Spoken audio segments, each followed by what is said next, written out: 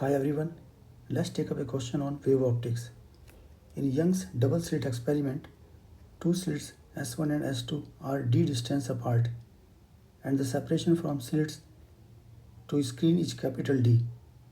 Now if two transparent slabs of equal thickness 0.1 mm but refractive index 1.51 and 1.55 are introduced in the path of beams from S1 and S2 respectively, the central bright fringe spot will shift by number of fringes. In this question,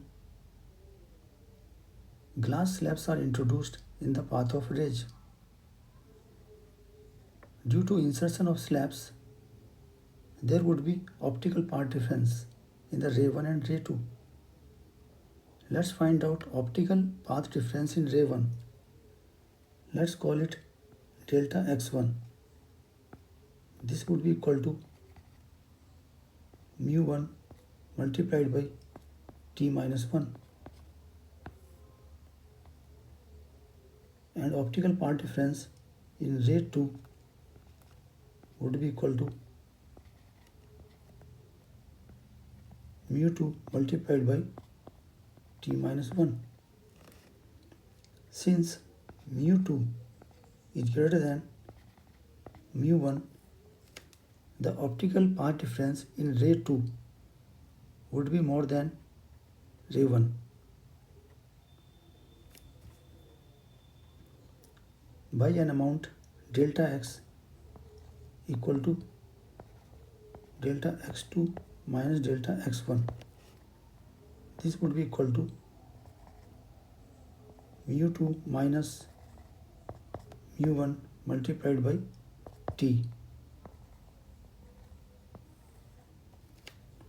So delta x is the amount by which optical path difference of ray 2 is greater than ray 1.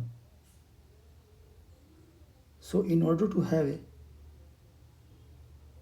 central maxima on the screen, at some point the path difference has to be 0. So ray 1 will have to travel an extra distance of d sine theta. So ray 1 will have to travel an extra distance of d sine theta so that there is a maxima on the screen at point P. Since mu2 is greater than mu1, the central maxima will shift downward by a distance y. So ray 1 will have to travel an extra distance of d sine theta, which should be equal to delta x. So let's find out the value of delta x. This would be equal to mu2 minus mu1 multiplied by thickness of the slab, 1.55 minus 1.51 into 0.1 mm. This is equal to 0.04. 0.1 mm can be written as 10 raised to the power minus 4 meters.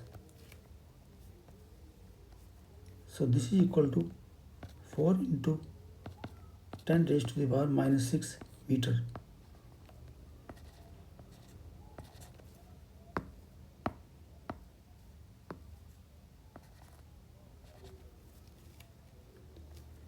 D sine theta can be written as sine theta is y upon capital D.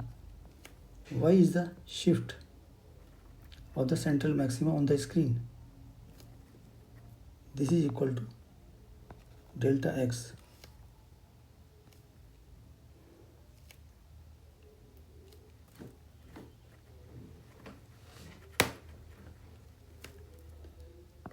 This gives us y equal to delta x multiplied by d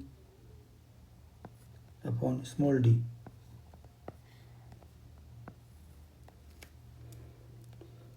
Now in order to have this shift y in terms of number of fringes, let's find it out. Number of fringes n multiplied by fringe width d lambda upon d should be equal to y delta x capital D upon small d. Let's solve it. So this gives us n equal to delta x upon lambda. Delta x we have already calculated, 4 into 10 raised to the power minus 6 meters, and wavelength is given to us 4000 angstrom, which is equal to 4 into 10 raised to the power minus 7 meters. So number of fringes